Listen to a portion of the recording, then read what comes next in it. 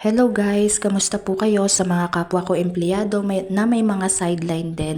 Ayan po, dahil walang pasok tayo long weekend sa government, tumambay muna tayo sa bahay at maaga tayong nagising. So dito guys, tuwing umaga ay ino-open ko lamang yung aming pintuan para masikatan ng araw yung loob ng bahay namin. Tapos nagsisimula na akong maglinis-linis para pagdating ng mga customer dito sa amin ay hindi naman masyadong nakakahiya. Ayan, kapag pumasok sila para magtingin-tingin ng ating mga paninda.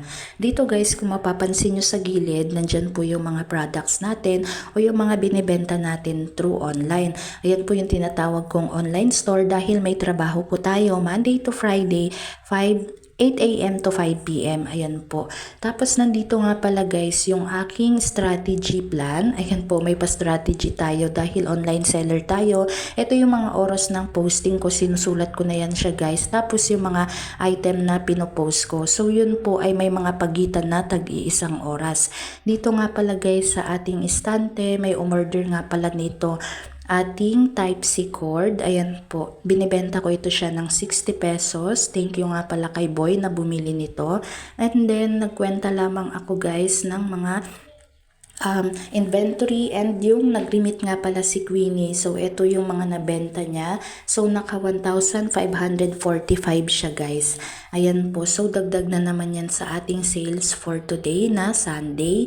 Ayan po. So malaking tulong din guys na nakapag-remit siya ng 1,545 dahil pandadagdag natin yun sa ating puhunan. Ito rin ang maganda na naka-online store lang tayo dahil nababantayan natin ang ating mga anak. After nga pala nun guys, nag-post lang ako nitong mga party supplies.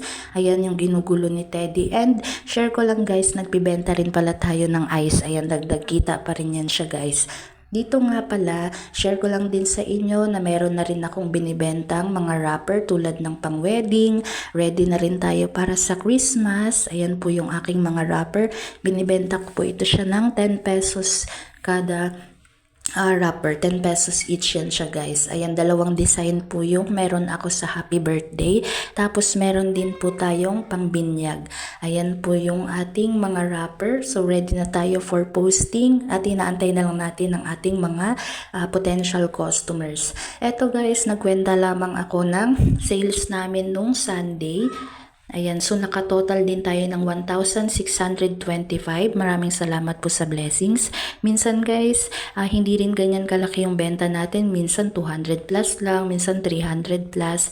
And madalas guys, tuwing Saturday talaga is wala tayong sale. So naisip ko na tuwing Sabado ay gawin ko na lamang yun siyang day off. Ayan, para makapagpahinga rin, makapamasyal. Ito nga pala yung order ni ma'am.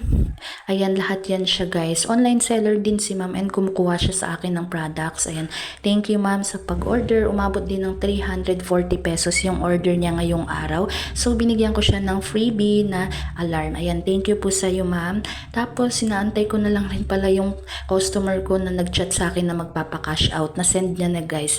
Yun lamang po ang aking update for today. Maraming salamat po. Bye-bye!